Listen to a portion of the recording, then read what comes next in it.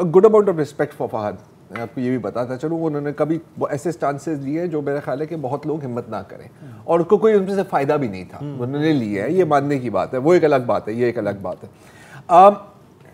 ये बात नहीं करनी चाहिए आपको कि आपको किसी के ख़ानदान पे नहीं आना चाहिए। इसको आप एक धमकी की तरह ले सकते हैं, एक अदालत इसको धमकी की तरह ले सकती है, लेकिन अगेन निहाल हाशमी पर केस गद्दारी का नहीं हुआ था, निहाल हाशमी पे केस हुआ था तौहीन, राइट। दोनों केसेस में गद्दारी का केस नहीं बनता। ज्यादा से ज्यादा वही बात है कि आपने तौहीन का केस बनाना है, आप बना सकते हैं, लेकिन यार जिस तरह धमकी का केस बना सकते हैं, या धमकी का केस बना सकते हैं। दूसरा ये भी है ना, आपने कोई कानून तोड़ा है, हाँ। पुलिस को आएगी, वर्दी में आएगी, दिन में भी आ सकती है, आप कहीं भाग नहीं रहे, आप आ जाएं, आप बोलेंगे जी सर चलें थाने चलें, आपके लिए रिपोर्ट है, हमें तफ्तीश करनी है। ये जो पूरा एक ड्रामा है, पूरा सीन है कि कपड़ा डाल कर ना, यार कपड़ा डालिए, ये देखो स्क्रीन पे जो चल रहा है, मतलब कपड़ा डाला हुआ है आपने, यार क्यों भाई, क्या फायदा है यार, मुझे कोई ये बता दे कि फायदा क्या है।